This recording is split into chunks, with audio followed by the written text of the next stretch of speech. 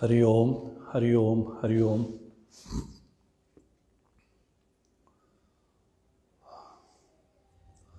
श्री कृष्ण गोविंद हरे मुरारे, हे नाथ नारायण वासुदेव।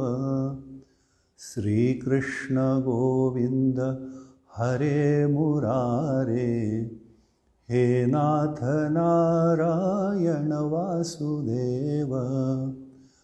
हे नाथ नारायण वासुदेव, हे नाथ नारायण वासुदेव, हे नाथ नारायण वासुदेव। श्री कृष्ण गोविंद हरे मुरारे, श्री कृष्ण गोविंद हरे मुरारे, हे नाथ नारायण वासुदेव, हे नाथ नारायण वासुदेव, हे नाथ नारायण वासुदेव। बोलिए श्री कृष्णचंद्र भगवान की जय।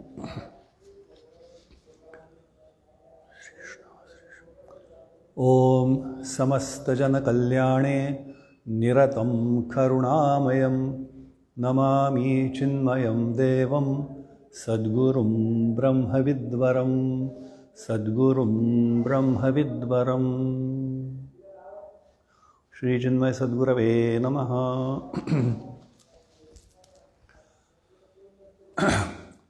आज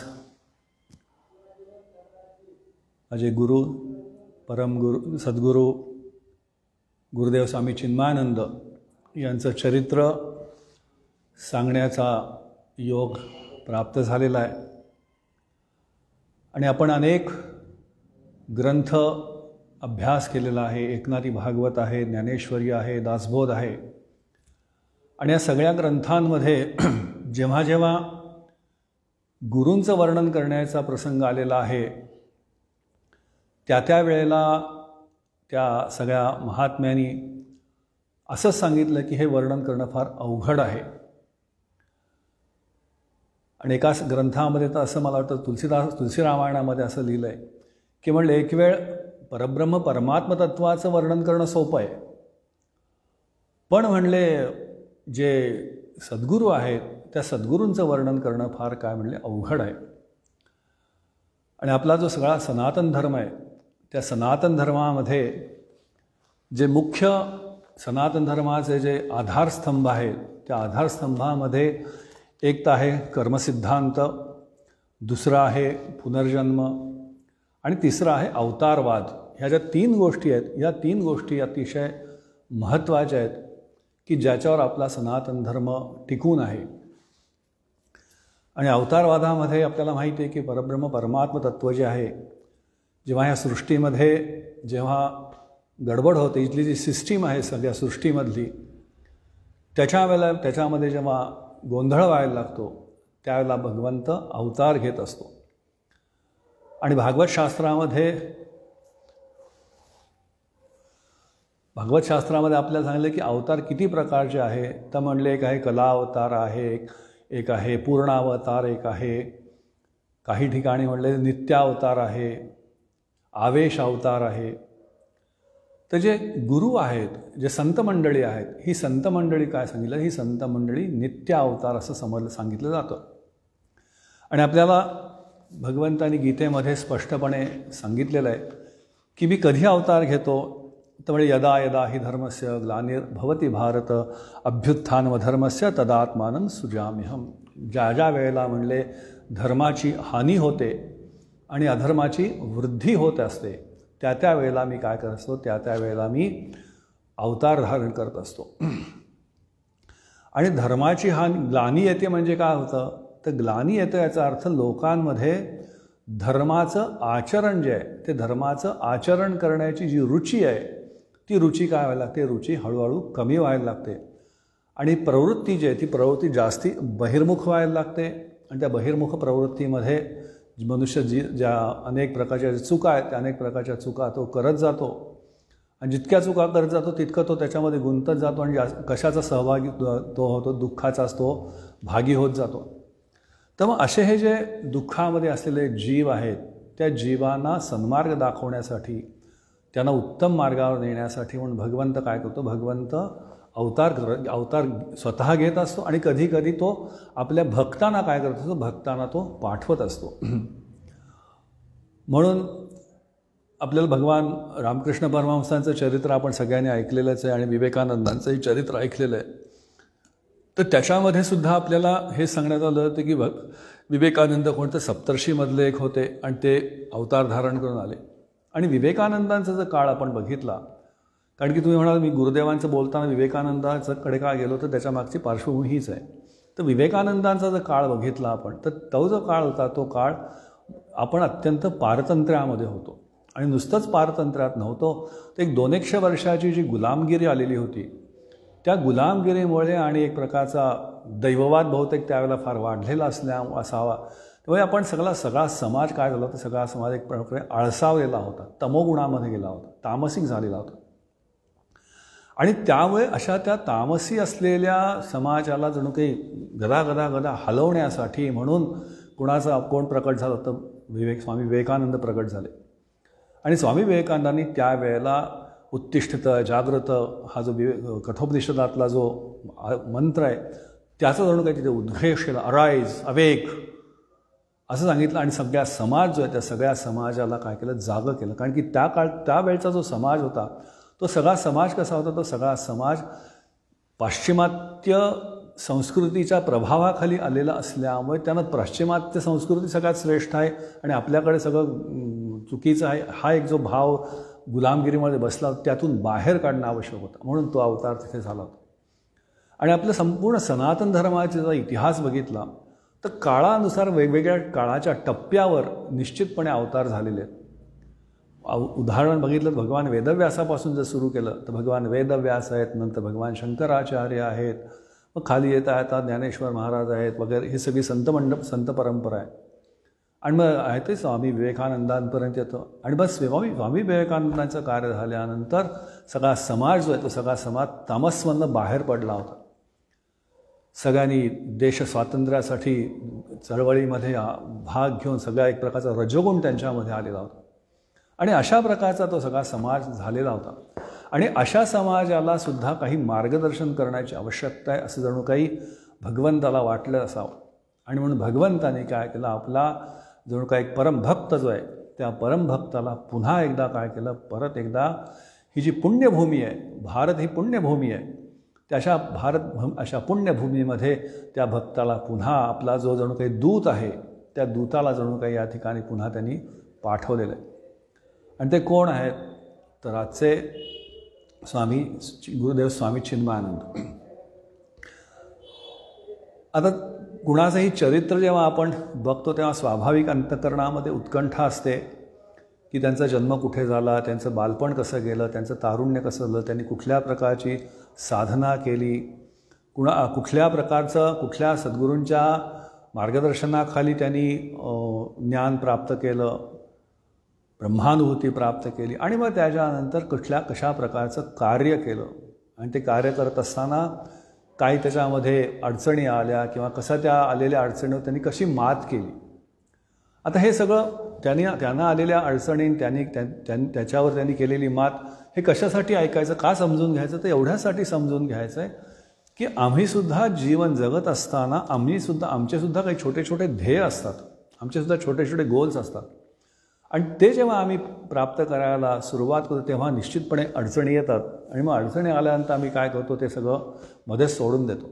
पण हे जे महापुरुष आहेत, हे महापुरुष मात्र येणाऱ्या अडचणीवर त्यांना प्राप्त झालेलं जे ज्ञान आहे त्या ज्ञानाच्या मदतीने काय करतात, त्या समस्येवर विजय मिळवतात आणि त्यांचं मार्गक्रमण ते मार्गक्रमण पुढे चालू राहतं. आणि त्यांनी जे ठरवलेला जे ध्येय आहे किंवा भगवंतानी जे ठरवलेलं ध्येय आहे ते भगवंत त्या महापुरुषांकडनं काय करतो, महापुरुषांकडनं निश्चितपणे काय करतो, पूर्ण करून घेतो. तसे गुरुदेव स्वामी चिन्मयानंद ह्यांचा जन्म जो आहे, ह्यांचा जन्म केरळमध्ये त्या ठिकाणी त्यांचा तिथे जन्म झाला. त्यांची जन्मतारीख जी आहे ते 8 मे 1916 आहे. खरं जर बघायला गेलं तर जो ब्रह्मनिष्ठ महात्मा असतो त्या ब्रह्मनिष्ठ महात्म्याबद्दल उपनिषदकारांनी सांगितलं की ब्रह्मवित ब्रह्म इव भवती. जो ब्रह्मवित होतो, जो ब्रह्मस्वरूपाला जाणतो तो ब्रह्मच होतो. आणि आपल्याला सगळ्यांना माहिती की जे ब्रह्म आहे ते ब्रह्म तर अजन्म आहे, त्याचा कधी जन्मच होत नाही. मग ज्यानी ब्रह्मस्वरूपाला जाणलं त्याचा तरी जन्म कसा असेल? त्याचाही जन्म नाही, कारण की त्यांचा अनुभव जो असणार त्यांचा अनुभव हाच असणार आहे की माझा कधी जन्मच झाला नव्हता. पण आम्ही व्यवहारामध्ये राहत असल्यामुळे आमची बुद्धी अजूनही व्यवहारामध्ये अडकलेली असल्यामुळे आम्हाला उत्सुकता असते. आणि त्यामुळे केरळमध्ये 8 मे 1916 त्या 1916 साली त्यांचा तिथे केरळमध्ये जन्म झाला. आणि ही केरळ तर देवभूमीच समजली जाते. अशा ह्या कारण की तिथूनच भगवान शंकराचार्य प्रकट झालेले आहेत. अशा त्या ठिकाणी त्यांचा तिथे जन्म झाला, एर्नाकुलमला जन्म झाला. आईचं नाव होतं पार्वती आणि वडिलांचं नाव होतं मेनन. आणि लहानपणी असताना त्यांच्या घरामध्ये केरळमध्ये एक चट्टांबी स्वामी म्हणून होते, एक मोठे योगी होते, ज्याला इंग्लिशमध्ये मिस्टिकल असं म्हणतात. मिस्टिकल असे एक योगी होते. आणि ते त्यांच्या मेनन कुटुंबांच्या घरी येत असत. आणि जेव्हा गुरुदेवांचा जन्म झाला त्या दिवशी ते आलेले होते. आणि त्यांचं नामकरण करण्याचं तेव्हा नामकरण कोणी केलं तर ह्या चट्टांबी स्वामींनीच तिथे केलं. आणि त्याचं नाव काय ठेवलं? बालकृष्ण.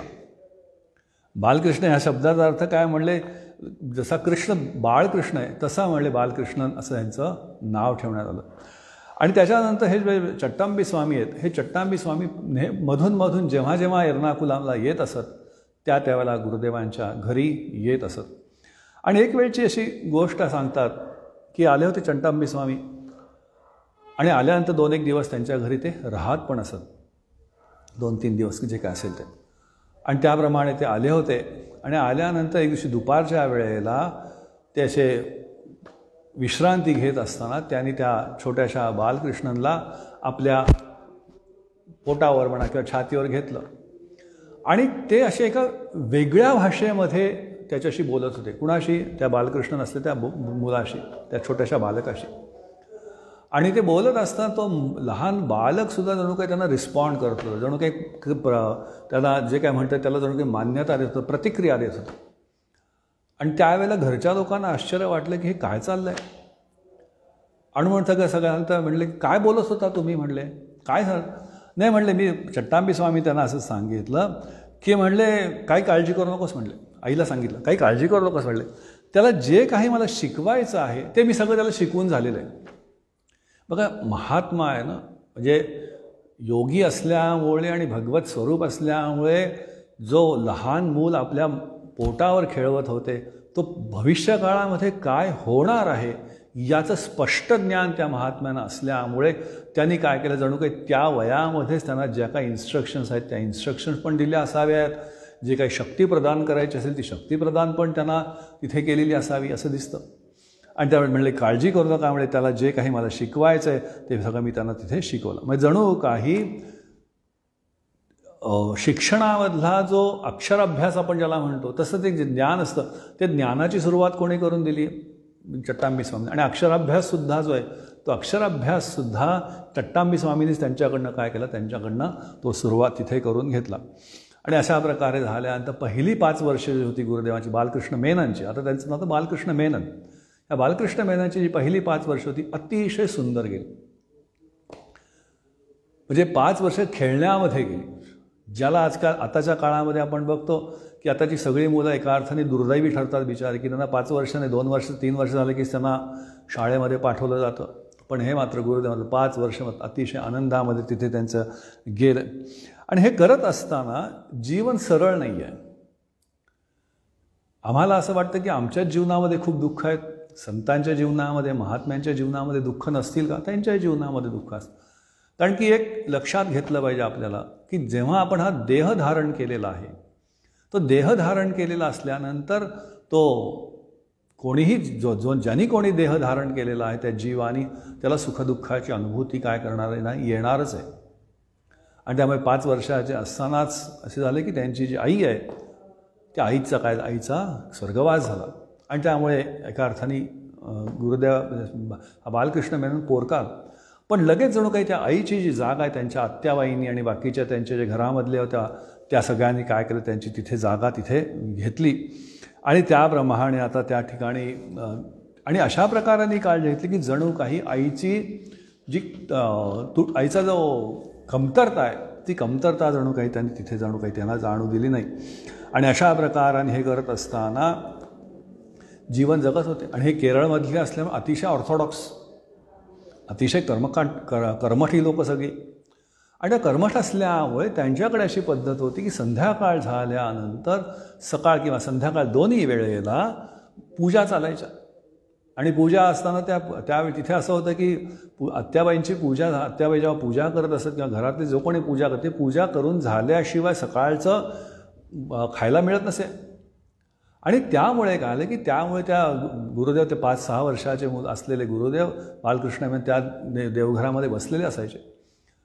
आणि आता आपण सुद्धा बसल्यानंतर आपण लहान मुलं बघतो की ते कंटाळतात, तिकडे हालचाल करतील, हे करतील, आरडाओरडा करतील, रडतील, काहीतरी गडबड करतील आणि आम्हाला सारखं अरे गप्प बसा रे म्हणायला लागतं. पण हा बालकृष्ण मेनन जो आहे तो बालकृष्ण मेनन त्या देवघरामध्ये बसला असता. तिथे अनेक देवांतांच्या तसबिरी होत्या. त्या तसबिरीकडे बघायचा तो आणि बघायचा. विष्णूची तसबीर होती, गणपतीची होती आणि एक त्यांना शिवजीची पण तसबीर त्याच्यामध्ये होती की ज्याच्यामध्ये शिवजी ध्यानमग्न बसलेले आहेत आणि ते मस्त व्याघ्रांभर धारण केलेलं आहे, त्रिपुंड लावलेला आहे, जटा आहे, जटामधनं गंगामय्या वाहत आहे, गळ्यामध्ये सर्प आहे, असं सुंदर असं मनोहर असं ते तसबीर तिथे होती. आणि ह्या छोट्याशा ह्या बालकृष्ण मेननला एक नाद लागला. काय नाद लागला? त्या तसबिरीकडे बघायचं. त्या भगवान श्रीकृष्णाचे अर्धोन्मिलित जे शांभवी मुद्रेमध्ये असल्यासारखे जे अर्धोन्मिलित असले जे नेत्र आहेत त्या नेत्र असलेल्या त्या चेहऱ्याकडे बघायचं थोड्या वेळ दोन क्षण बघायचं, डोळे बंद करायचे आणि डोळे बंद करून ती जी तसबीर, तो जो चित्र आहे ते चित्र बघण्याचा प्रयत्न करा. डोळे बंद करून बघण्याचा काय करायचं, डोळे बंद करण्याचा प्रयत्न ते करायचा. आता हे करत असताना झालं काय की जणू काही होत असताना त्यांना माहीतही नाही खरं तर. कारण लहान असल्यामुळे जो इनोसन्स आहे तो इनोसन्समध्ये त्यांना माहीत पण नाही की आपण काय करतो आहे. पण काय करतो हे काय नाही, ॲक्च्युली हे जे चाललं होतं ते काय होतं म्हणजे त्यांना माहीत नव्हतं की हे आपण एक ध्यानाची एक पद्धत जी आहे त्याचा वापर करतो आहे. आणि आम्हालाही आम्ही सुद्धा ध्यानाभ्यास शिकत असताना आम्हाला हेच सांगितलं जातं. ज्याला सगुणाचं ध्यान करायचं त्यांनी काय केलं पाहिजे की चरणापासून ते भगवंताच्या मस्तकापर्यंत बघायचं आणि बघून झाल्यानंतर ती मूर्ती डोळ्यासमोर, डोळे बंद करून डोळ्यासमोर आणण्याचा सतत प्रयत्न करायचा. जोपर्यंत स्थिर होत नाही तोपर्यंत तोच अभ्यास करत राहायचा. तर अशा प्रकारे न कळत काय झालं, न कळत बालकृष्ण मेननचा काय झाला, हा जो ध्यानाभ्यास आहे हा ध्यानाभ्यास तिथे सुरू झाला नंतर. आणि हे करत असताना त्यांनाही माहीत नाही की ह्याचा काय आपल्यावर इम्पॅक्ट होणार, काय ह्याच्यावर परिणाम होणार. आणि तो निश्चितपणे त्यांच्यावर तो परिणाम व्हायला लागला. आणि इतकी सवय लागलेली होती की रात्री झोपायला गेल्यानंतरसुद्धा ते काय करत असतात, ओम नमः शिवायचा जप केल्याशिवाय झोपत नाहीत. म्हणजे असं काही माळ घेऊन किंवा नाही, पण ओम नमः शिवाय म्हणायचं आणि मगच झोपायला जायचं. जसं विवेकानंदांबद्दल सांगतात की विवेकानंद म्हणजे डोळे बंद रात्री झोपायला गेल्यानंतर डोळे बंद केल्यानंतर ते म्हणायचे की माझ्या कपाळाच्या तिथे एक प्रकाश दिसतो आणि तो प्रकाश असा वाढत जातो आणि तो असं जणू काय एकदम फुटतो आणि संपूर्ण शरीराला तो व्याप्त होतो आणि मी अशा एका आनंदामध्ये झोपी जातो. आणि तो नरेंद्र तिथे म्हणतो मला वाटायचं म्हणजे सगळ्यांनाच असं होतं, पण ते फक्त त्यांनाच होत होतं. तसं इथे गुरुदेवांनासुद्धा बालकृष्ण मेननलासुद्धा ती एक प्रकारची तिथे सवय लागली होती. मग हळूहळू मोठे झाले आणि मोठे झाल्यानंतर आता रामवर्मा बॉईज स्कूल म्हणून होतं त्या ठिकाणी त्यांना ते तिथे जायला लागले. आणि तिथे तिथे ते इंग्लिश मिडियम तर होतच, पण मल्याळम आणि संस्कृत आहे त्या संस्कृतसुद्धा ते शिकले. हळूहळू ते फुटबॉल खेळायचे, बॅडमिंटन खेळायचे. आणि बॅडमिंटनचाच विषय आला आहे म्हणून की बॅडमिंटन मोठेपणी खेळताना गुरुदेव कुणाबरोबर बॅडमिंटन खेळलेले आहेत. आपल्या डेव्हिस कपमध्ये जो मला वाटतं गौस म्हणून कोणी आपल्याकडे डेव्हिस कप प्लेयर होता त्याच्याबरोबर गुरुदेव डबल्समध्ये त्यांनी गुरुदेव मॅचेस खेळले किंवा त्याच्याशी ते टेनिस खेळायचे असा उल्लेख आहे. तर अशा प्रकारे झालं. आणि हे करत असताना एकतर हुशार होते, ब्रिलियंट होते. आणि त्या कोचीनमध्ये असताना कोचीनचे जे राजे आहेत त्या राजवाड्यामध्ये सुद्धा त्यांना काय होता, जणू काही तिथे प्रवेश होता आणि त्या प्रवेश होता त्यामुळे आणि त्यांची जी तिथली जी राणी होती त्या राणीशी ह्यांचा काय होतं, राणीशी हा जो लहान खेळ ह्याचा जो खेळ मुलगा होता बालकृष्ण याचं काय होतं म्हणजे त्या ठिकाणी खूप येणं जाणं, कारण की एक दूरनं त्यांचं काय होतं एक प्रकारचं त्यांचा नातेसंबंधसुद्धा होता असं सांगतात. आणि या गुरुदेवांना 2 बहिणी होत्या, एकीचं नाव होतं पद्मिनी आणि दुसरीचं होतं कनकम. आणि अशा प्रकाराने हे लहानपण जे ते लहानपण अतिशय खोडकर होतं. ज्याप्रमाणे भगवान श्रीकृष्ण लहानपणी खोडकरच होते त्याप्रमाणे गुरुदेवास बालकृष्णबेनसुद्धा लहानपणी अत्यंत खोडकरच होते. शाळेमध्ये सुद्धा काही ना काहीतरी त्यांचे खोड्या चालायचेच. ते एक खोडी तर सगळेजण सांगतात की एकदा काय केलं तर म्हणले शिक्षक ज्या येऊन खुर्चीवर बसणार आहेत, आता ही खोडी अशी आहे की हे सांगितल्यानं असं वाटेल हे चुकीचं वाटतं आपल्याला, हे चुकीचं केलं गुरुदेवांनी त्यावेळेला. आता ते चुकीचं आता वाटतंय पण त्या वयामध्ये ते करणं असं वाटतं केवढा आपण काहीतरी पुरुषार्थ केला आणि त्यामुळे त्याच्यामध्ये दोष काढण्याची गरज नाही आहे. तर त्यांनी काय केलं की त्याच्यावर ते ज्या खुर्चीवर बसायचं त्याला रॉड होता, तो रॉड काढून टाकला. त्यामुळे ते गुरुजी बसताना एकदम खाली गेले. मग सगळे स्वाभाविक असं खाली गेल्यानंतर सगळे हसणार. एकदा त्यांनी त्या ह्याच्यावर शाई टाकून ठेवली खुर्चीवर. अशा प्रकारच्या ज्या खोड्या असतात त्या सगळ्या खोड्या गुरुदेवांनी लहानपणी केल्या असं सांगतात. आणि मग त्यात हळूहळू मोठं व्हायला लागले आणि मोठं झाल्यानंतर आता जे कॉलेजमधलं शिक्षण आहे ते कॉलेजमधलं शिक्षण जे ते महाराजा कॉलेज एर्नाकुलम जे त्या ठिकाणी त्यांचं तिथे शिक्षण सुरू झालं म्हणतात. आणि हे करत असताना त्या वयामध्ये सुद्धा त्या काळामध्ये असलेली जी फॅशन होती आणि त्या काळातली फॅशन अशी होती की भरपूर तेल लावायचं आणि असं मस्तपैकी चपटा भांग पाडायचा आणि असं अशा प्रकारचं जे काही फॅशन असेल त्यावेळची त्या फॅशनचे कपडेसुद्धा ते गुरु ते तिथे घालत असत. आणि हे करत असताना स्वाभाविक ह्यांचं जे वागणं होतं त्या वागण्यामुळे घरच्या लोकांना थोडी काळजी वाटायची, असं कसं व्हायचं ह्याचं काय होणार ह्याचं. आणि जसं आपल्या घरातसुद्धा वाटतं की मुलगा एकदा मोठा आला कॉलेजमध्ये आला की आईवडिलांना जशी काळजी वाटते त्याप्रमाणे त्या घरच्या लोकांनासुद्धा काळजी वाटायला लागलं. आणि हे करत असताना हळूहळू त्याच्या जीवनामध्ये चर्चा करत असताना जीवन बघत असताना की आता असं वाटायला लागलं, म्हणजे हे सगळं करत असताना त्यांच्या जीवनाची एक दुसरी बाजू पण होती. ते अत्यंत विचार जे करायचे ज्याला इंग्लिशमध्ये व्हेरी सिरियस थिंकर अशा प्रकारचे ते जीवनाबद्दल ते विचार पण तिथे करत असत. आणि हे करत असताना म्हणजे विचार करत होते आणि हे विचार करत असताना त्यांनी जीवन काय आहे, जीवनाचा अर्थ काय, ह्या प्रकारचे प्रश्न त्यांच्याही जीवनात त्यावेळेला आले होते. आणि कॉलेजमध्ये शिकत असताना त्यांनी खरं तर सायन्स घेतलेलं होतं. पण सायन्स घेतलं होतं पण त्यांचे फार काही त्याच्यामध्ये इंटरेस्ट त्यांना त्याच्यामध्ये नव्हता. आणि मग त्यात इंटरेस्ट तिथे नसला. पण कसा बसा त्यांनी काय केलं, कसा बसा त्यांनी तो हे पूर्ण केला. आणि पूर्ण केला म्हणजे आणि मग अर्धवट सोडून दिला म्हणजे सायन्स अर्धवट सोडून दिलं. आणि मग त्यांनी काय केलं, त्यांनी आपलं जीवनाचं जे लक्ष आहे ते थोडंसं बदललं आणि त्याच्यानंतर ते थॉमस कॉलेज त्रिचूर केरला जे त्या ठिकाणी ते गुरुदेव तिथे बालकृष्ण शिकायला गेले. आणि त्या ठिकाणी गेल्यानंतर सारखं त्या कॉलेजमध्ये असताना शिक्षकांना प्रश्न विचारायचे. सतत ते काय सतत प्रश्न विचारायचे. आणि सगळ्यात मोठं काय होतं की ईश्वर आहे का, ईश्वर नाही हे सिद्ध करायचं. म्हणजे लहान त्या वयातलं त्या वयामध्ये ज्या पद्धतीने जीवन ते जगले असं असं वाटेल की हाच मुलगा एक दिवशी संपूर्ण जगतामध्ये अध्यात्मशास्त्राचा मोठा प्रचारक होईल असं कोणाला वाटलं पण नसतं. अशा प्रकारचं त्यांचं तिथे जीवन चाललं होतं. आणि हे करत असताना त्या केरळमध्ये तर त्या भागामध्ये तर कर्मकांडाचं तर मोठं प्रस्थ आहेच आहे. आणि त्यामुळे ती जी काही कर्मकांड केली जायची त्याच्याबद्दल जे रिच्युअल्स ज्याला आपण म्हणतो त्याची ते चेष्टा करायची. बघा आपणही चेष्टाच करतो, त्यांनी पण चेष्टाच केली.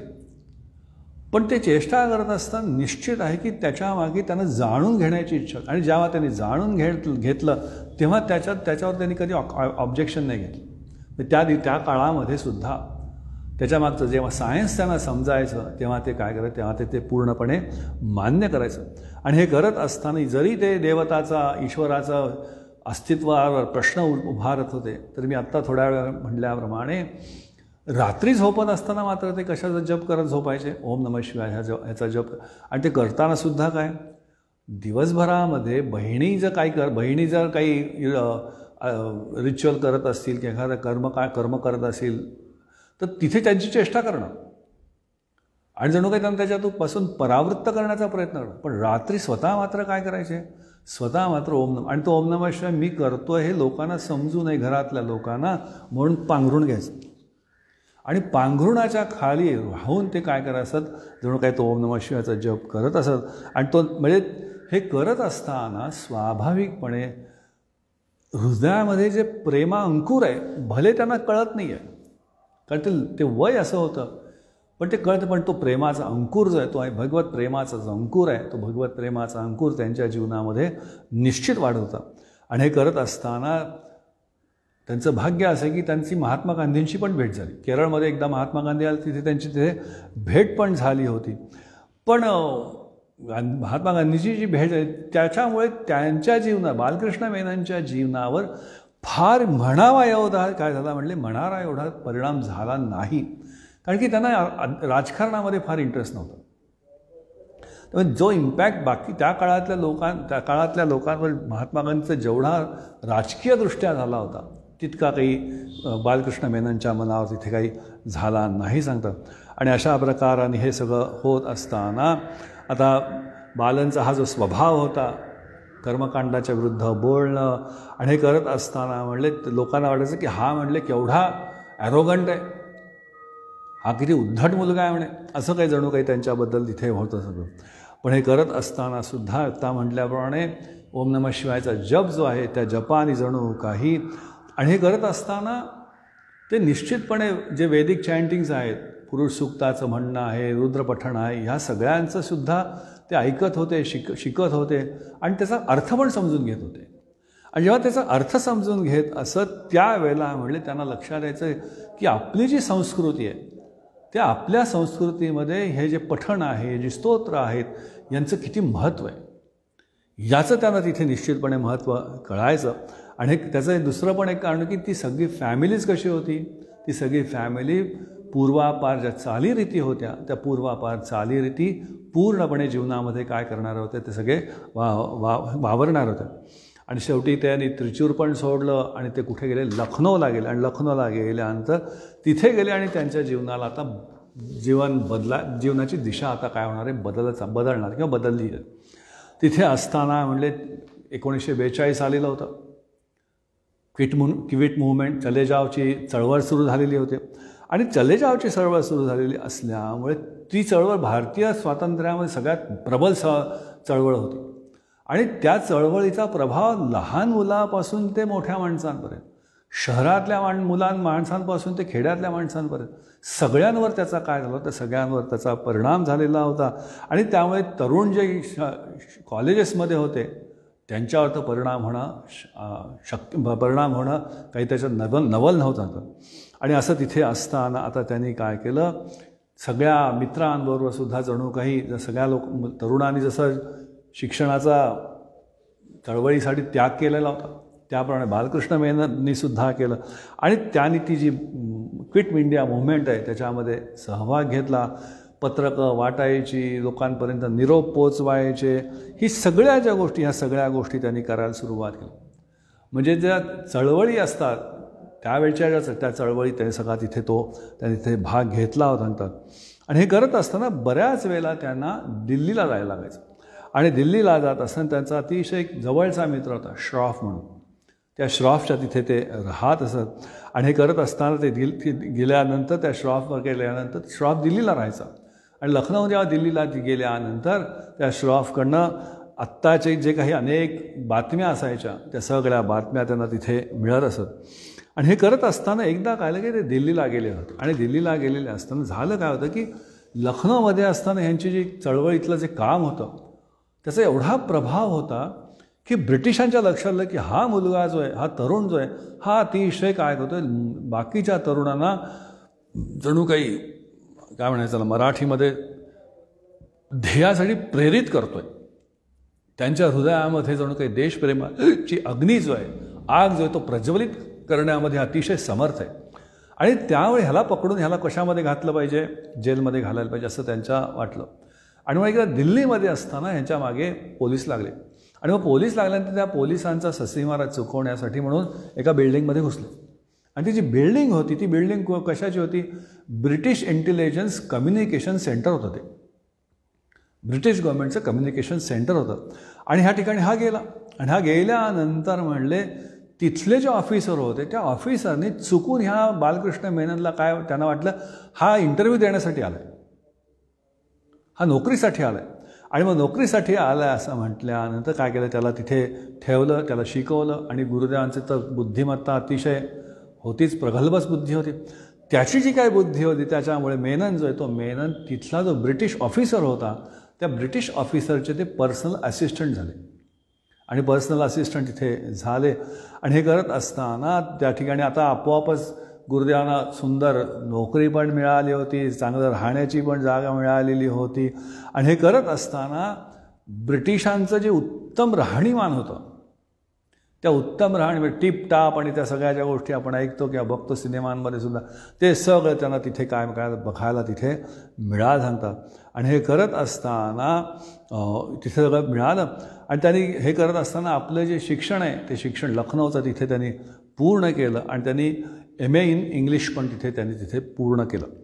आणि हे करत असताना एक दिवशी लक्षात आलं आणि त्याप्रमाणे त्यांना पकडण्यात आलं. बघा किती हुशार होते की ज्यांनी वॉरंट काढलं होतं त्यांच्याच घरामध्ये घुसून त्यांच्याचकडे वर्ष सव्वा वर्ष त्यांनी वेळ काढला. पण शेवटी पकडलं आणि पकडून त्यांना लखनौच्या जेलमध्ये आणून टाकण्यात आलं होतं. आणि त्यावेळेला त्या लखनौच्या जेलमध्ये इतकी कॅपॅसिटी जी असते जेलची त्याच्यापेक्षा अति जास्ती लोकं काय केलेली होती, जास्ती लोकं मुलं ठेवलेली होती किंवा कैदी ठेवलेले होते. आणि त्यामुळे त्या ठिकाणी टायफॉईड म्हणा किंवा जो काळा ज्वर त्यावेळेचा म्हणतात तो तिथे आला. आणि त्याच्यामध्ये बरेचसे जण आजारी पडले होते, काही जणांचा मृत्यू पण झालेला होता. आणि त्यामुळे आणि सगळी बातमी सगळ्या पसरल्यामुळे त्या जेलची चौकशी होणार होती हायर अथॉरिटीजकडनं. आणि म्हणून त्या हायर अथॉरिटीजकडनं हे करत असताना बऱ्याच जणांची कंडिशन सिरियस झाली होती. आणि त्याच्यामध्ये हा बालकृष्ण मेननची तब्येतसुद्धा अतिशय सिरियस झालेली होती. आणि ब्रिटिशांच्या लक्षात हे आलं की हा जर तरुण या ठिकाणी जर गेला दुर्दैवानी तर मात्र ह्या जेलमध्ये काय होईल, जणू काय रायट्स होती, दंगली होती. आणि म्हणून बाकीच्यांनासुद्धा जसं ते ब्रिटिशर्स रात्रीच्या वेळेला रस्त्यावर कुठेतरी त्या आजारी पडलेल्या अवस्थेमध्ये त्या कैद्यांना आणून त्या रस्त्याच्या कडेला जसं टाकून देत असत त्याप्रमाणे त्यांनीसुद्धा एक रात्री काय केलं, ह्या बालकृष्ण मेननला उचललं आणि एका लखनौच्या एका आड रस्त्यावर एका रस्त्याच्या कड्यावर टाकून पळून गेले, ब्रिटिशर निघून गेले. आता बघा, ज्याचा भगवंताला सांभाळ करायचा आहे, ज्याच्याकडनं भगवंताला काम करून घ्यायचं आहे त्याचं रक्षण कोण करतं, रक्षण तर करणारा परमात्माच आहे. आणि त्याप्रमाणे ते केलेलं असताना त्या ठिकाणी एक ब्रिटिश बाई चालली होती आपल्या गाडीमधनं. आणि त्या गाडीमधनं जात असताना तिचं त्या मंद अशा त्या अंधारामध्ये त्या ट्यूबच्या प्रकाशामध्ये, दिव्याच्या प्रकाशामध्ये तिला जसे कोणतरी रस्त्याच्या बाजूला पडलेलं आहे. म्हणून ती गाडीने थांबवलं. ती जवळ जेव्हा ती गेली त्या म्हणजे बालकृष्ण मेनन, तर त्याला बघितल्यानंतर त्यांचं जे नाक होतं, गुरुदेवांना विनोदाने सांगायचं, माझं हे नाक आहे, माझ्या नाकाने मला तेव्हा वाचवलं असं म्हणायचे. ते जे नाक होतं तिला वाटलं की आपल्या मुलगासारखा दिसतोय हा. आणि तिचा मुलगा सेकंड वर्ल्ड वॉरमध्ये युद्धभूमीवर कुठेतरी होता. तर तिच्या मनामध्ये विचार असा आला की माझाही मुलगा कुठेतरी म्हणले काय असेल ह्या युद्धभूमीमध्ये कुठेतरी असेल, कोण त्याची काळजी घेते माहीत नाही, चला आपण ह्याची तर काळजी घेऊ. आणि म्हणून तिने काय केलं, तिने त्या बालकृष्ण मेननला उचललं आणि काय केलं, उचलून आपल्या घरी आणलं. आणि घरी आणल्यानंतर त्याच बाईंनी, त्या ख्रिश्चन बाईंनी गुरुदेवांची अतिशय काळजी घेतली. जे नर्सिंग म्हणतात ते सगळं नर्सिंग केलं, खाऊ पिऊ घातलं, व्यवस्थित सेवा शुश्रूषा केली. बघा काय विलक्षण योगायोग असतात, काय विलक्षण भगवंताची लीला असते. पुढे जाऊन हा मुलगा, हा तरुण कशाचं प्रचार आणि प्रसार करणार आहे? हा प्रचार आणि प्रसार करणार आहे हिंदू धर्माचा, सनातन धर्माचा. आणि त्या प्रसंगामध्ये कुणाच्याकडनं त्याची सेवा करून घेतली? एका ख्रिश्चन बाईकडनं. म्हणजे विचार जेव्हा आम्ही करतो तेव्हा लक्षात येतं की परमात्मा जो आहे त्या परमात्म्याच्या दृष्टीने कोणामध्ये भेद नाही. परमात्म्याच्या दृष्टीने कोणी ख्रिश्चन आहे का, कोणी मुस्लिम आहे का, कोणी हिंदू आहे का, बौद्ध आहे का, जैन आहे, हा भगवंताला भेदच माहीत नाही. भगवंताच्या दृष्टीने सगळे काय, सगळे समानच आहेत. आणि त्यामुळे आम्हीसुद्धा हे चरित्र ऐकत असताना आम्ही बाकीचं संतांची, आम्हाला ही भगवंत दृष्टी जी आहे ती भगवत दृष्टी आम्ही प्राप्त करण्याचा प्रयत्न झाला पाहिजे. की तसं आम्हीसुद्धा, आम्हालाही जीवनामध्ये जर कधी असा प्रसंग आला तर आम्हालासुद्धा काय करता अशा निरपेक्षपणे आम्हालासुद्धा ती जी सेवा आहे ती सेवा तिथे आम्हाला करता आली पाहिजे.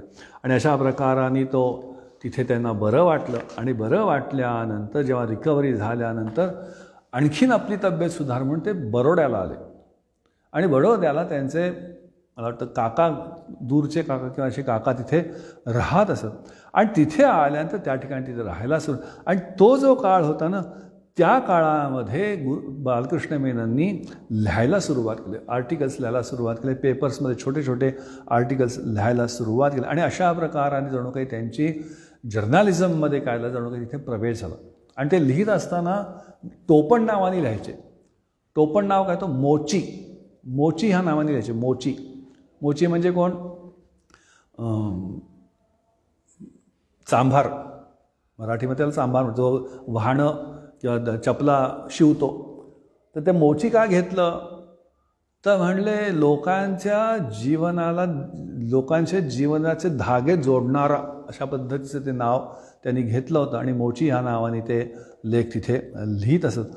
आणि हे करत असताना त्यांनी ते सगळे जे वाचन पण खूप सुरू झालं होतं. आणि फार ते वाचन करत असताना एकदा त्यांना एका मासिकामध्ये हिमालयामध्ये राहणारे जे साधू संत आहेत त्यांच्याबद्दल थोडीफार माहिती मिळाली, त्यांच्या जीवनकार्य मिळालं. आणि त्यांना असं वाटतं, आणि हे जेव्हा वाचलं तेव्हा त्यांना लक्षात की आपण लहानपणी आपल्या घरी असे अनेक संत संन्यासी लोक येत असत. आणि हे केल्यानंतर आता, आणि त्या एवढंच नाही तर आपणसुद्धा लहानपणी काय करत होतो? लपून लपून ओम नमः शिवायचा जप करत. हे त्यांना जणू काही तिथे आठवलं म्हणजे ते रोज करतच होते, तरी पण आता विशेष करून त्यांना तिची जणू काही तिथे आठवण झाल्यानंतर. आणि मग त्यांना असं वाटलं की आपण बघा हे हिमालयात जायला पाहिजे.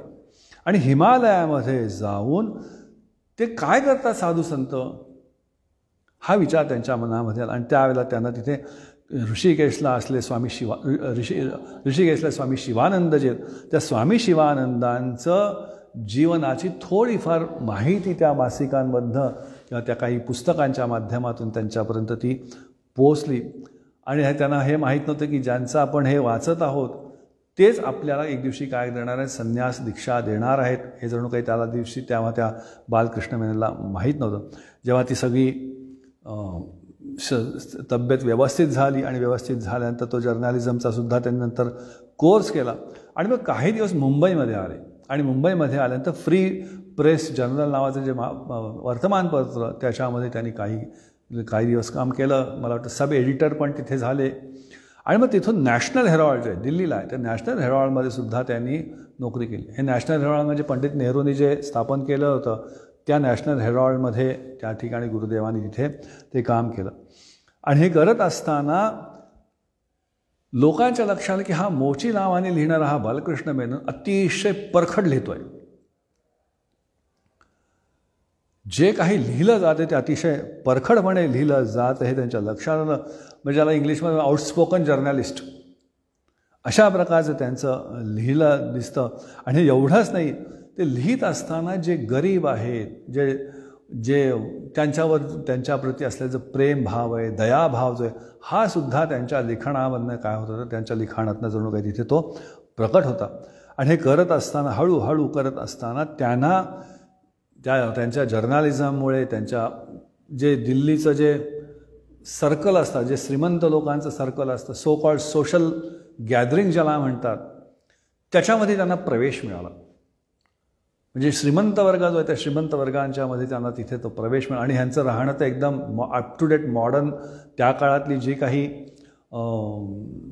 फॅशन असेल, पेहराव असेल, तो पेहराव तर घालत असत, पण बुद्धिमत्ता पण होती, बोलण्याचं कौशल्य पण होतं. आणि त्यामध्ये आणि जेव्हा त्या पार्ट्यांमध्ये जेव्हा ते फिरायला लागले, राहायला लागले, तेव्हा त्यांच्या लक्षात यायला लागलं की ह्यांच्या सगळ्यांच्या चेहऱ्यावर वरवरचं हसू आहे, पण त्या जे हसणं आहे त्याच्या मागे मात्र फार मोठं काय लपलेलं आहे, दुःख लपलं. आपलं दुःख जणू काही लपवण्यासाठी हे लोक ह्या पार्ट्या करतायत आणि ह्या किटी पार्टीज करतायत. आणि मग त्याच्यामध्ये जे काही चालतात पार्टीज ते सगळं चाललं आणि त्याच्यामध्ये ते आपलं दुःख जे आहे ते दुःख जणू काही लपवण्याचा प्रयत्न करतात.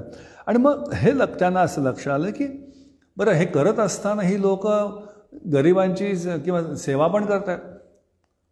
म्हणजे जसं आताच्या काळामध्ये सुद्धा आपण बघतो लायन्स क्लब आहे किंवा रोटरियन्स आहेत, हे सगळे लोक सेवा प्रोजेक्ट चालूच आहेत. तसं त्या तिथल्या लोकही करत होते.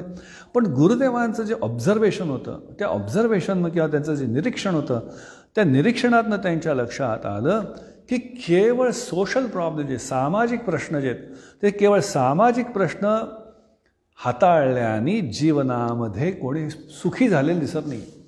म्हणजे ह्या लोकांकडे तर पैसा आहे, सगळं आहे, जे काही सुखसुविधा पाहिजे ते सगळ्या सुखसुविधा पण आहेत. आणि नुसत्याच सुखसुविधा नाही, त्या सुखसुविधेच्या मदतीने ही लोक आपलं दुःख विसरण्यासाठी काय करतात, सामाजिक सेवा पण करतात. पण तरीसुद्धा आतमध्ये कुठेतरी काय आहे, आतमध्ये कुठेतरी निश्चितपणे गडबड आहे. आणि मग हे करत असताना लक्षात आलं हे सगळं यांचं जीवन कसं आहे, उथळ जीवन जगतात. आणि हे सगळं उथळ जीवन जगतात असं त्यांच्या तिथे लक्षात आलं. आणि मग हे करत असताना आता त्यांच्या जीवनामध्ये आता एक खरोखर एक नवीन दिशा, एक नवीन जीवनाचं पाऊल त्यांना सापडलं.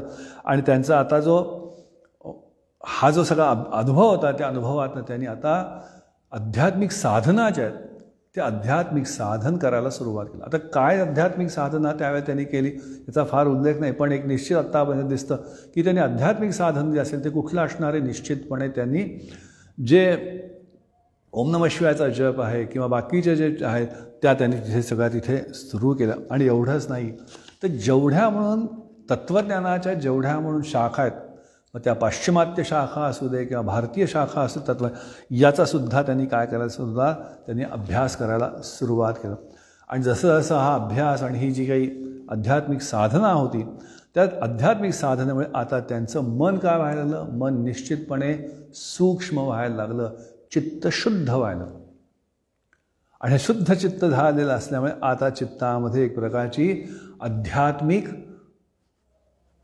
मुमुक्षता ज्याला म्हणतो आपण, ती मुमुक्षता जी त्याच्या जणू काही तिथे सुरू झाली.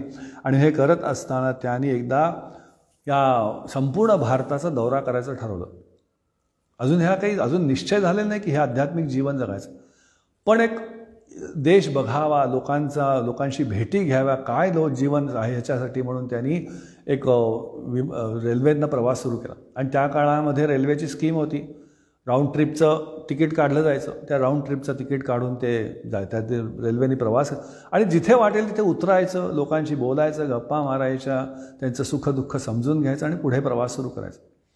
आणि असं एकदा आता दक्षिणेला जात असताना त्यांनी बघितलं की रेल्वेमधले या डब्याच्या कंपार्टमेंट ह्या बाजूचे सगळे लोक, जे उजव्या बाजूचे सगळे लोक उठून डाव्या बाजूला येत आहेत आणि खिडकीमधनं तिकडे बाहेर बघतात, त्या डोंगराला नमस्कार करतात. तो अरुणाचलचा डोंगर होता जिथे भगवान रमण महर्षींचा निवास होता. आणि त्यांनी विचारलं काय हे, नाही म्हणले हा अरुणाचल आहे, म्हणजे साक्षात शिवजी आहेत आणि या ठिकाणी म्हणले रमण महर्षी नावाचे एक मोठे महात्मा राहतात. असं म्हणलं तर त्यांना वाटलं, त्यांनी ताबडतोब काय झालं, ते तिरुवन्नमलाई जिथे आलं त्या तिरुवन्नमलाईला उतरले. आणि ते असं 11:15च्या सुमारास ती गाडी पोचली वाटतं. उतरले आणि गेले रमणाश्रममध्ये गेले. आणि गुरुदेव वर्णन करतात, रमणाश्रममध्ये मी पोचलो तर रमण महर्षींची ती छोटीशी झोपडी होती आणि गुरुदेवांची उंची 6 फुटाची आहे. आणि तो जो झोपडीचं वजन उंची काहीतरी, जो दरवाजा वजन काय ती 5.5 फुटाचं होतं. त्यामुळे गुरुदेव ते म्हणायचे की मी तिथे पोचलो आणि म्हणले मी आत बघितलं झोपडीमध्ये आणि असा हात ठेवून असा हात ठेवला, म्हणले दरवाजावर आत बघितलं, पण बाहेर उन्हातून मी आलेला असल्यामुळे आत मला काही दिसलंच नाही, का अंधार अंधार दिसला म्हणजे.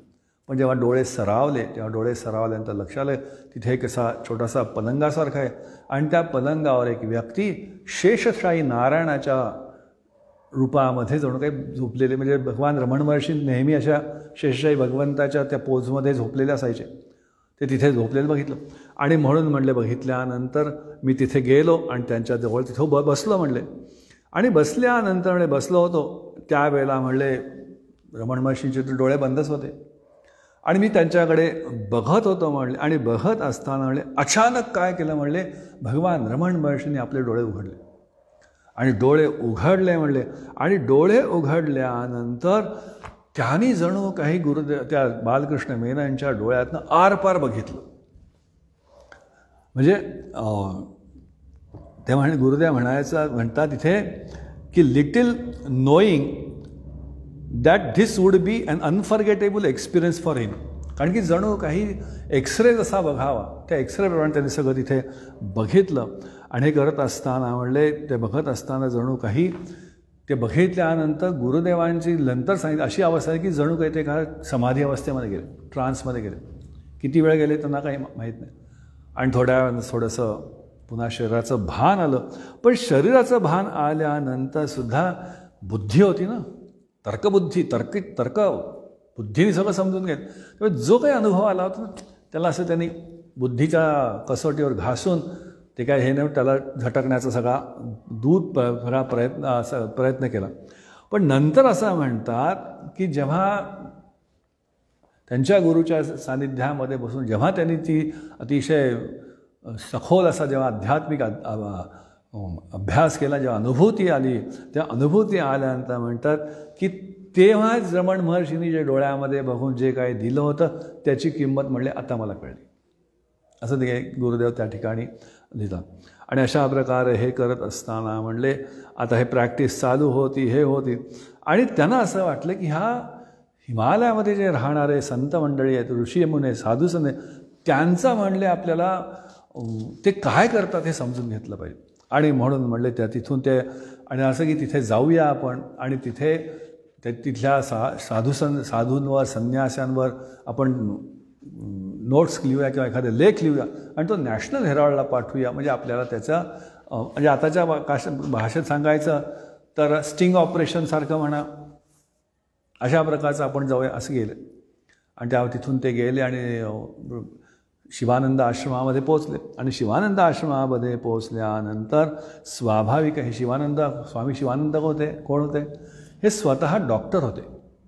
आणि त्या काळचा जो मलाया किंवा ब्रह्मदेश जो आहे सिंगापूर या ठिकाणी ते डॉक्टरी करत असत. फर्स्ट वर्ल्ड वॉरमध्ये त्यांनी सेकंड वर्ल्ड वॉरमध्ये त्यांनी पेशंट्सची खूप तिथे सेवा केलेली होती. पण ते सगळं तिथे सोडलं आणि ते ऋषिकेशला तिथे आले आणि आनंद कुटीर जिथे आहे त्या ठिकाणी तिथे आणून त्या गंगेच्या किनाऱ्यात त्यांनी त्यांचा एक आश्रम उभा केला. आणि त्या ठिकाणी त्यांची तर आध्यात्मिक साधना होतीच, करतच होते. पण त्यांनी साधू संन्यासांची सेवा करायला सुरुवात केलं, शिक्षणाची सेवा सुरू केली. आणि असं करता करता त्यांची जी संस्था आहे त्याला डिव्हाइन लाईफ सोसायटीची, ते डिव्हाइन लाईफ सोसायटीची त्या ठिकाणी स्थापना झाली होती. आणि अशा प्रकारे हे करत असताना स्वाभाविक आहे स्वामी शिवानंदांनी बालकृष्ण मेननचं तिथे स्वागत केलं आणि ते तिथे आता राहायला लागले. आणि हे राहत असताना त्याने अभ्यास करायला सुरुवात केलं. कोणी बालकृष्ण मेनननी हे राहतात कसे संन्यासी, कसे काय काम करतात. आणि हे करत असताना त्याच्या लक्षात यायला लागलं, कारण की त्याला असं वाटत होतं की हे संन्यासी म्हणजे लेझी आहेत, आळशी आहेत, 2 वेळेला फक्त काय करतात, 2 वेळेला फक्त खातात, समाजाला काही उपयोगाचे नाही आहेत. असा एक तो भाव त्यांच्या मनामध्ये, त्या बालकृष्ण मेननच्या मनामध्ये होता. आणि जेव्हा तिथे बघितलं, अरे हे तर स्वामी शिवानंद त्यांच्यावरचे शिष्य म्हणजे हे तर क्षणभराचा सुद्धा विश्रांती घेत नाहीत.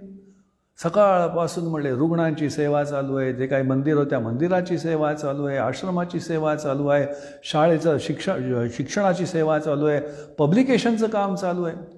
असं जेव्हा त्यांनी बघितल्यानंतर त्याला असं की हे काहीतरी वेगळं आहे. आणि हे करत असताना लक्षात आलं की कुठलंही काम असू दे, मग ते आश्रमाचं काम असू दे किंवा रुग्णाची सेवा असू दे किंवा शाळेमधलं, या सगळ्यामध्ये ह्यांची मनाची जी समता आहे ती समता काही सुटत नाही. हे जेव्हा त्याने बघितलं तेव्हा त्याच्या लक्षात अरे हे काहीतरी वेगळं आहे. आणि मग त्यांनी त्या आश्रमाचे जे काही प्रकाशन विभाग असतात त्या प्रकाशन विभागामध्ये सुद्धा आता मदत करायला सुरुवात केली. आणि मग करता करता आता ते स्वामी शिवानंदाचे अतिशय लाडके होत चालले होते. आणि एक दिवशी असंच असताना स्वामी शिवानंद अचानक मला म्हटले, बालकृष्ण जरा म्हणले या विषयावर बोल. आता असं बोल म्हटल्यानंतर गुरुदेवांचं म्हणतात की मी तिथे एक शब्द बोलू शकलो नाही. दरदरून अंगाला घाम फुटला आणि एक शब्दसुद्धा मी तिथे बोलू शकलो नाही. हे जेव्हा बघितलं तेव्हा म्हणले असं लक्षात आलं म्हणजे की हाच मुलगा हाच तरुण का की जो काही काळानंतर जगामधल्या एका वेळेला 10,000 लोकांना असं प्रवचन केलं, असं भाषण देईल की सगळ्यांना कॅप्टिवेट करून टाकेल, सगळ्यांना आपल्याला लोक ताब्यात ठेवणं. पण पहिलं प्रवचन पहिलं लेक्चर कसं झालं त्यांचं बोलता पण नाही. मग शिवानंद स्वामी म्हटले ठीक आहे म्हटले उद्या आपण थोडं विचार कर म्हटले आणि तुझा जो काही विचार आवडेल त्याच्यावर तू काय कर म्हणे बोलायला सुरुवात. आणि मग हळूहळू त्यांचं अशा प्रकाराने जो अभ्यास आहे तो अभ्याससुद्धा तिने सुरू झाला. आणि स्वामी शिवानंद बघितलं ह्याच्याकडे बुद्धिमत्ता आहे, कन्व्हिक्शन आहे. आणि म्हणून त्यांनी बोलता बोलता एक दिवशी सहज सुचवलं तू संन्यासी का नाही होत, संन्यास घे असं एक सुचवलं. पण ते जरी सुचवलं तरी त्याने काही गुरुदेव हा बालकृष्ण मी त्याला काही एकदम लगेच आता ह्यांनी सांगितलं म्हणून लगेच आपण संन्यास घ्यायचा हा काही निर्णया परत त्यांनी तिथे आले नाही. ते म्हणले मला थोडा विचार करायचा. आणि पुन्हा ते दिल्लीमध्ये परत आले 3 महिने ऋषिकेशला राहून आणि आले. पण आता दिल्लीमध्ये सुद्धा राहावे ना, कारण आता खरी मुमुक्षता जी आहे ती मुमुक्षता त्यांच्या हृदयामध्ये जागृत झालेली होती. आणि म्हणून पुन्हा आता त्यांनी काय करायला सुरुवात केलं, वेळ मिळाला की ऋषिकेशला यायचं, काही दिवस राहायचं, पुन्हा दिल्लीलाच. अशा प्रकारचं काही दिवस त्यांचा तो सगळा प्रवास तिथे चालू होता. आणि हे करत असताना एक दुःखद घटना त्यांच्या जीवनामध्ये झाली. त्यांचा जो परममित्र होता श्रॉफ, त्याचा अचानक एक मोठ्या दीर्घकालीन अशा आजारामध्ये काय झालं, त्याचा मृत्यू झाला. आणि मृत्यू झाला तर स्वाभाविक आहे की आता त्याला असं वाटलं की जीवनाचा अर्थ काय, मृत्यू काय, जीवन काय, मनुष्य मेल्यानंतर जातो कुठे, असे जे फंडामेंटल क्वेश्चन्स असतात ते सगळे प्रश्न त्यांच्याही मनामध्ये आता उत्पन्न व्हायला लागले. आपल्या जीवनाचा उद्देश काय, हे सुख काय, हे दुःख काय, त्याची कारणं काय आहेत, अशा प्रकारचे जे काही आध्यात्मिक प्रश्न असते सगळे प्रश्न आता त्यांच्यामध्ये उमटायला लागले. आणि पुन्हा काय केले, पुन्हा आता त्यांना आतमधून आता बोलवणं कुणाचं यायला लागलं होतं, हिमालयाचं. त्या हिमालयाचं बोलणं यायला लागलं. त्याचं पुन्हा ते हिमालयाला गेले म्हणतात. आणि मग त्याच्यानंतर त्यांनी स्वामी शिवानंदांच्या आज्ञेने किंवा एप्रिल 1948 साली चारधाम यात्रा जी ती चारधाम यात्रा करायला काही त्यांच्या मित्रांबरोबर काही संन्याशांबरोबर आणि त्यांना असलेल्या गाईडबरोबर त्यांनी सुरू केलं. सुरुवातीला ते गंगोत्रीला पोहोच आणि त्या काळामध्ये सगळं चालत पायामध्ये कुठल्याही प्रकारच्या चपला न घालता त्यावेळेला त्यांनी यात्रा केली गुरुदेवांनी. आणि स्वतः जर्नल्स असल्यामुळे, पत्रकार असल्यामुळे त्या सगळ्या प्रवासामधले टिपणं ते पण बघायचंच होतं त्यांना. आणि पुन्हा साधू संन्यासांना भेटायचं, हिमालयाचं सौंदर्य बघायचं होतं. त्यामुळे हिंडता जेव्हा ते गंगेच्या किनारे गंगोत्रीला पोचले, ते हिमालयाचा तो ग्रँजर, हिमालयाची ती उंची, हिमालयाचं तो असलेलं सौंदर्य बघून त्यांना एक विलक्षण वेगळा आनंद आला. आणि असं करता करता त्या गोमुखला पोहोचले, तिथे काही दिवस राहिले. आणि एक दिवशी त्या गंगा किनारी गोमुखच्या तिथे बसलेले असतात, ध्यानाला बसलेले असताना एक त्यांना विलक्षण असा अनुभव आला, ज्याला आध्यात्मिक अनुभव म्हणतात. तो आध्यात्मिक त्यांना अनुभव आला. आणि तो जो आध्यात्मिक अनुभव जो आला त्याच्यामुळे त्यांना आता असं वाटलं की हे जास्ती मला जाणून घ्यायचं. बघा, जोपर्यंत हा अनुभव येणार नाही ना तोपर्यंत आमच्याही चित्तामधलं जी अर्ज आहे, जी एक तीव्रता आहे साधने ती उत्पन्न होणं पण कधीकधी अवघड वाटतं. पण गुरुदेवांना मात्र ती तिथे मिळाली. आणि त्यामुळे असं वाटलं की अरे हा जो मला आनंद मिळाला तो आनंदाचं सोर्स काय ते मला आणखीन जाणून घ्यायचं आहे. आणि मग तिथून ते केदारनाथला निघाले. आणि केदारनाथला जात असताना एक असं भाग्य होतं त्यांचं की उत्तर काशीला स्वामी तपोवनजी महाराज राहत असत. आणि स्वामी तपोवनजी महाराज म्हणले नावाप्रमाणेच तपोवन होते, तपाचं वन होतं, अद्वैतामध्ये प्रखर निष्ठा. त्यांचं चरित्र 1-2 मिनिटात सांगायचं तर ते त्यांचाही जन्म केरळमधलाच होता. की लहानपणचं सगळं घेतलं, घरची सगळी जबाबदारी पूर्ण केल्यानंतर आपला लहान भाऊ जेव्हा तो मोठा झाला, तो घराची कुटुंब सांभाळण्याची त्याची योग्यता आल्याबरोबर आपल्या भावाच्या ताब्यात सगळं घर दिलं आणि ते निघाले, नर्मदा किनारी आले. नर्मदा किनारी आलून सूर्याला साक्षी ठेवून संन्यास धारण केलेला विद्वत संन्यास घेतला आणि विद्वत संन्यास घेऊन मग हिमालयामध्ये गेले. आणि एकदा हिमालयामध्ये गेल्यानंतर कधीही ऋषिकेशच्या खाली उतरले नाही. ऋषिकेश, उत्तरकाशी, गंगोत्री, गोमुख या पट्ट्यामध्ये फिरायचे आणि 2 वेळा आणि 3 वेळा कैलास यात्रा स्वामी तपोवन महाराजांनी केलेली आहे. अशा स्वामी तपोवन महाराजांचा भेट ह्या बालकृष्ण मेननची तिथे, कारण अजून संन्यास घेतलेला नाही आहे, त्या बालकृष्ण मेननची तिथे त्यांनी तिथे भेट झाली. आणि तेथे झाल्यानंतर त्यांचं जे जीवन आहे, त्यांचं जे वागणं होतं, राहणं होतं, त्यांचा जो ज्ञान, त्यांनी अतिशय बालकृष्ण अतिशय प्रभावित झालेला होता. आणि हे करत असताना अजून आता त्यांच्या मनामध्ये इच्छा प्रबळ झाली की मला हे जाणून घेतलं पाहिजे, हे जे ज्ञान आहे हे ज्ञान मला तिथे प्राप्त केलं पाहिजे. आणि मग तिथून केदारनाथला पोहोचले, तिथे काही दिवस राहिले. आणि मग तिथे गेल्यानंतर काही जे त्यांचे मित्र आलेले होते ते निघून गेले, पण बालकृष्ण आणखीन काही दिवस केदारनाथला तिथे राहिला. तिथेही त्यांना जे काही थोडेफार अध्यात्म ते अनुभव तिथे आले. आणि मग तिथून ते परत आले ऋषिकेशला. आणि ऋषिकेशला परत आल्यानंतर आता त्यांना निश्चित झालं की यस, मला आता जीवन कसं जगायचं आहे, हा संन्यासी जीवन जे ते संन्यासी जीवन मला जगायचं आहे. आणि मला माझं संपूर्ण जीवन ईश्वराच्या प्रेमामध्ये घालवायचं. पण हा सगळा जो प्रवास आहे, ह्या प्रवासामध्ये ज्या अनुभव आले, लहानपणापासून तर ओम नमः शिवायचा जप तर चालूच होता, पण या 4 धामच्या यात्रेमध्ये त्यांना जे काही आध्यात्मिक जे काही अनुभूती आली, संन्यासांची, साधुसंतांची जी काही भेट झाली असेल त्यामुळे त्यांच्या अंतःकरणामध्ये ही जी संन्यास वृत्ती आणि ईश्वर प्रेम आहे याची जणू काही ज्योत प्रज्वलित झाली. आणि मग त्यांनी ठरवलं की करायचं. आणि मग ते स्वामी शिवानंदांकडे आले आणि त्यांना विनंती केली की मला संन्यास द्या. पण स्वामी शिवानंद जे आहे ते शृंगेरी मठाची परंपरा आहे ती, स्वामी शिवानंदाची शृंगेरी मठाची परंपरा. आणि त्यामुळे शृंगेरी मठामध्ये असा नियम आहे की म्हणले आईवडिलांची परमिशन असले असे संन्यास देता येत नाही. आणि मग त्यांनी शिवानंद की म्हणले वडिलांना विचार, वडिलांची परमिशन घे. आणि म्हणून मग गुरुदेवानी तिथून पत्र लिहिलं आपल्या वडिलांना. आणि पत्र लिहिलं, जेव्हा वडिलांना हे पत्र मिळालं, आणि पत्र 7-8 वर्षांनंतर मिळालं, 8 वर्ष मुलगा कुठे माहीत पण नव्हतं वडिलांना. जेव्हा मिळालं त्यांना एक प्रकारचा धक्का बसला. अरे, आपला हा मुलगा सारखा प्रश्न विचारणारा, सगळ्याची चेष्टा करणारा, अध्यात्माची चेष्टा करणारा, देवदेवतांची चेष्टा करणारा, कर्मकांडांची खिल्ली उडवणारा, आणि हाच आज म्हणतोय की मला संन्यास घ्यायचा आहे. पण त्यांना एक खात्री होती आपल्या मुलाबद्दल. ती खात्री अशी होती, आपला हा मुलगा जो आहे जे काही निर्णय घेणार आहे तो भावनेच्या भरात घेणारा नाही आहे.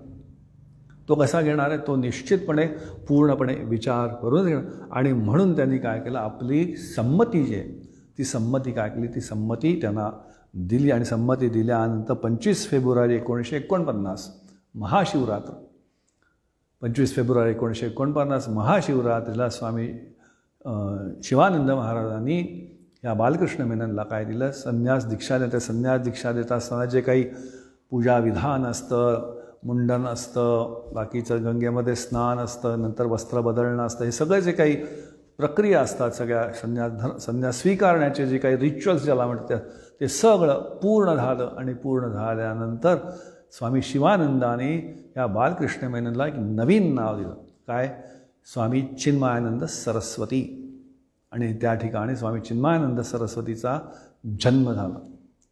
आणि जन्म झाला म्हणजे तुमच्या माझ्यासाठी व्यावहारिक दृष्टीने सुरुवातच केली होती की जो ब्रह्म ज्याने जाणलेलं आहे त्याला जन्मही नाही आहे, त्याचं काहीच नाही. पण चरित्र आपण ऐकतो, त्यामुळे व्यावहारिक स्तरावर निश्चितपणे त्या दिवशी त्याचा ते जन्म झाला. आणि ह्यानंतर जणू काही आपलं जे पूर्व आयुष्य होतं, जे स्वप्नासारखं होतं, त्याचा त्यांनी काय केलं, त्या ठिकाणी त्यांनी त्याग केला. आणि आता ते स्वामी चिन्मयानंद झाले. आणि हे करत असताना आता स्वामी शिवानंद जे ते स्वामी शिवानंदांना माहीत होतं की ह्याचं बुद्धिमत्ता. आणि ते एक दिवशी ते तपोवनजी महाराजसुद्धा ऋषिकेशमध्ये आलेले होते. आणि मग तिथे कारण यायचेच मधून मग ते तिथे भेटत असतानाच आता स्वामी चिन्मयानंद जाऊन भेटायचे त्यांना. आणि मग त्यांनी इच्छा पण प्रकट केली होती की मला शिकवा वगैरे. पण त्यावेळेला काही फार असं घेतलं नाही. आणि मग हो असं म्हटले फक्त स्वामी तपोवनजी महाराज. आणि मग स्वामी तपोवनजी महाराज उत्तर काशीला गेले होते. आणि मग शेवटी स्वामी शिवानंदांनी सांगितलं की जा म्हणले. कुठे जा? स्वामी तपोवनजी महाराजांकडून त्यांच्या चरणाशी पण तुला जे शिकायचं, वेद आहे, उपनिषद आहेत, गीत आहे, शिकायचं, तिथे जा. आणि त्याप्रमाणे गुरुदेव म्हणतात मी गेलो. आणि जेव्हा उत्तरकाशीहून आपलं ऋषिकेशहून उत्तरकाशीला गुरुदेव गेले तर गुरुदेव पोचण्याच्या, स्वामी चिन्मयानंद पोचण्या आदल्या दिवशी स्वामी तपोवनजी महाराजांनी आपल्या शिष्यानं सांगितलं, अरे उद्या जरा एक जण येणार आहे, त्याला राहायची सोय करा म्हणले. आणि स्वामी तपोवनजी महाराज त्यांच्या कुटियामध्ये कुणाला राहू देत नसत, एकटे राहत असत. ते दुसऱ्या आश्रमामध्ये राहण्याची सोय केली. आणि आले हे काय 2-3-4 दिवसांनी. त्या काळामध्ये थोडासा चालत, थोडासा गाडीचा प्रवास करत आले असतील गुरुदेव. आले, भेट वगैरे झाली आणि मग आपली इच्छा प्रदर्शित केली की मला असं आपल्या चरणाशी बसून शिकायचं आणि मला स्वामी शिवानंदांनी पाठवलेलं आहे. आता बघा, गुरु जे असतात ना ते शिष्याची परीक्षा घेतल्याशिवाय तर स्वीकारतच नाही. आणि त्याप्रमाणे म्हणले ठीक आहे म्हणले, पण म्हणले पत्र कुठे आहे म्हणले. पत्र आणलंच नका म्हणले पत्र नाही आणलं म्हणले. पत्र नाही आणलं मग मी नाही शिकवणार म्हणले, पत्र घेऊन ये. तर बघा, तो काळ असा होता की आतासारखं नाही की ऋषिकेशहून उत्तर घ्यायला 4 तासामध्ये गेलं आणि पत्र लिहिलं आलं, किंवा मोबाईलवर एक SMS पाठवला आहे व्हॉट्सअपवर की गुरुदेव एक पत्र टाईप करून व्हॉट्सअप करा, मी आमच्या ह्या गुरुदांना दाखवतो. असं नव्हतं. पुन्हा गेले आणि त्या काळात याला पुन्हा जायला 8-10 दिवस लागले होते म्हणतात. गेले, स्वामी शिवानंदांकडे गेले आणि स्वामी शिवानंद विचारलं काय झालं, परत का आलास? नाही म्हणले त्यांनी असं सांगितलं की पत्र पाहिजे. हसले शिवानंद. म्हणले अरे तुझी परीक्षा करतायत. त्यांनी आनंदाने पत्र लिहून दिलं आणि पत्र लिहून दिल्यानंतर ते पत्र घेतलं, पुन्हा आले.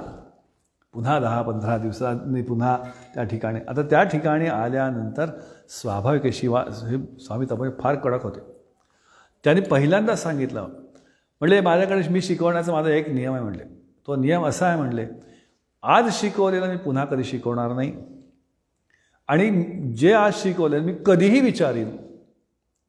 आणि त्यावेळेला जर तुला उत्तर देता नाही आलं तर म्हणले आश्रम सोडून निघून जायचं. आणि गुरुदेव म्हणतात विथ गंगा मैयाज ग्रेस, गंगेच्या कृपेने आणि गुरुदेवांच्या कृपेने आणि ईश्वराच्या कृपेने माझ्या जीवनात असा वेळ नाही आला म्हणले की माझ्या गुरुनी मला काही प्रश्न विचारले आणि मला त्याचं उत्तर देता नाही आलं. आणि अशा प्रकारे गुरुदेवांचा जे शिक्षण आहे, वेदांताचं शिक्षण ज्याला म्हणतो आपण, ते शिक्षण जे तपोवन महाराजांचे की अद्वैत वेदांतामध्ये निष्ठा होती, सर्वत्र ब्रह्मदर्शन करायचे. गंगेच्याबद्दल ते म्हणायचे की ब्रह्मरस वाहतोय असं वर्णन तपोवन महाराज करायचे. एखाद्या हिमालयातल्या ह्याच्याकडे बघत राहिले की 2-2 तास त्यांची समाधीला, अशी त्यांची निष्ठा होती. अशा त्या स्वामी तपोवनजी महाराजांच्या चरणाशी आता गुरुदेवांचं हा जे आध्यात्मिक शिक्षण आहे, त्या आध्यात्मिक शिक्षणाला सुरुवात झालेली आहे. आणि मग ती सुरुवात झाल्यानंतर तिथे राहून शिक्षण घेऊन मग पुढे काय कार्य केलं, तो जो प्रसंग आहे तो आपण उद्याच्या भागामध्ये बघूया. ओम सर्वे भवन्तु सुखिनः, सर्वे सन्तु निरामया, सर्वे भद्राणि पश्यन्तु, मा कश्चित् दुःखभाग् भवेत्. ओम शांति शांति शांतिः. हरिः ओम. श्री गुरुभ्यो नमः. हरिः ओम.